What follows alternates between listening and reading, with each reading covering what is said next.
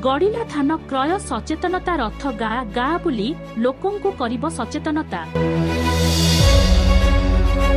ओडिशा सरकार खाद्य जोगाण और खाउटी निर्देश क्रमे चलित वर्ष खरीफ ऋतु 2024-2025 वर्ष पई धान संग्रह कराजिब सकाशे ता 24/12/2024 तारिखरु जिला प्रशासन तरफरु स्थिर करा जाइछि। तेणु चासी भाई और भौणी माने तांकर उत्पादित बळका धान सबु ल्यामसरे निर्धारित दिन में बिक्री करिबा पई अनुरोध करिसंती। तेबे धान सबु भलो भाबरे खरारे सुखाई बाली माटी काठी कुटा को भलो भाबरे सफा करी विक्रय केन्द्र को आनिबा को हेबो, जेपरी धान व्यवसाय योग्य खाद्य उपयोगी एवं पोकरा दुर्गंध और विषमुक्त होइथिबो। ता सहित चासी सरकारक पाखरे पंजीकृत करिथिबा मोबाइल नंबर रे धान बिक्री संबंधी तथ्य मैसेज पाई परिबे। जिला प्रशासन द्वारा धार्य दिन मानकरे धान आनिबाकु हेबो। एथिपई अग्रिम टोकन पाइथिबा बासी क्रय केन्द्रर अधिकारीक सहित जोगाजोग करी मंडी को धान आनी परिबे।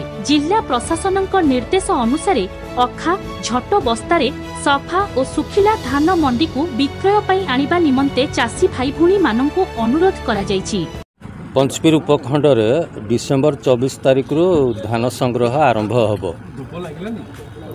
सेइथिपई आजिठू सचेतनता रथ आमर उपखंडर समस्त एरिया रे बुलिबो एवं चाषी मानकु सचेतन करिवो जे सेमाने धान को सुखिला एवं ताकू परिष्कार धान सबू आणतु मंडी को, जहा द्वारा किछि कटनी छटनी हबनी एवं धानर सेमाने पूरा मूल्य पाइबे। 3100 टंका प्रथम करी ओडिशा सरकार को द्वारा दिया हबो। एवं प्लास्टिक बस्ता ग्रहणीय नुहे बोली पांचपीड़ उपजिल्लापाल तथा नियंत्रित बजार कमिटी अध्यक्ष प्रेमांशु चांद सूचना देवा सहित आज एक सचेतनता रथ सखाल 11 घटिका समय पांचपीड़ उपखंड उपजिल्लापालक कार्यालय ठारे शुभारंभ हो जाइछि। एथिरे उपजिल्लापाल प्रेमांशु चांद, ओडिशा समवाय संघ सदस्य श्रीजुक्त गिरिधारी पृष्टि प्रमुख उपस्थित रही सर्वप्रथमे धूपदीप पूजार्चना करी सबुज पताका देखै शुभ आरंभ करथिले।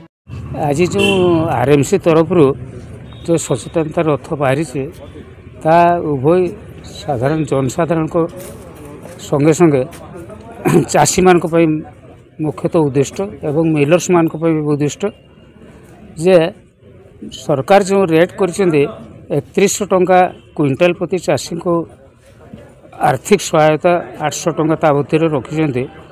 तेणु ये सरकार को भल पदक्षेप, किंतु या भितर प्रथम अनुमान करा जाए जे चाषी जदि प्रकृत धान तमाने एफएक्यू मानर आणिबो एवं जो थे कि उदा जलीय अंश नथिबो एवं पोकरा धान नथिबो, धान रे ओगाड़ी नथिबो एवं सफा धान पूरा आणिबो ताने से 3100 टका पाइबो। किंतु गोटे जिनस होउछि चाषी केते दूर से भाया धान आनी पारिबो से होउछि प्रश्नवाची। एवं से धान जदि से मानर धान न आणे ताने जो परचेज सेंटर अच्छी किणा जीव जो से धान फेरस्त करा जीवो। तेणु याकू आदौ कटनी छटनी न करा जीवा पे सरकार व्यवस्था करछन्ते एवं चाषी मान कहउछन्ते सही प्रकार धान नियो जोटा को कि मिलर्स नेबा योग्य होइतबो। एही परिप्रेक्षी रे प्रथम जो असुविधा आसी पारे ता पई तम समाधान करिया मध्ये आरएमसी एवं लैब मिसी समाधान करेंगे चाषी और मिलर्स मिसी, जहाद्वारा कटनी छटनी हेनी आ मिलर्स भी प्रकृत तमाम एफएक्यू धान पाइब। जदि एफएक्यू स्टैंडर्ड न थाए ताने टिके असुविधा हो पारे, तो प्रथम तापर कौन असुविधा हेब ना बोली आम अनुमान कर। सचेतनता रथ उपखंडर प्रत्येक ब्लॉक एवं गाँ बुली ए विषय रे सचेतनता करिबो बोली उपजिल्लापाल सूचना दैछन्ती। एही कार्यक्रम को आरएमसी एकाउंटेंट जयरथ महांत परिचालना करिथिबा बेले अन्य कर्मचारी माने सहयोग करिथिले।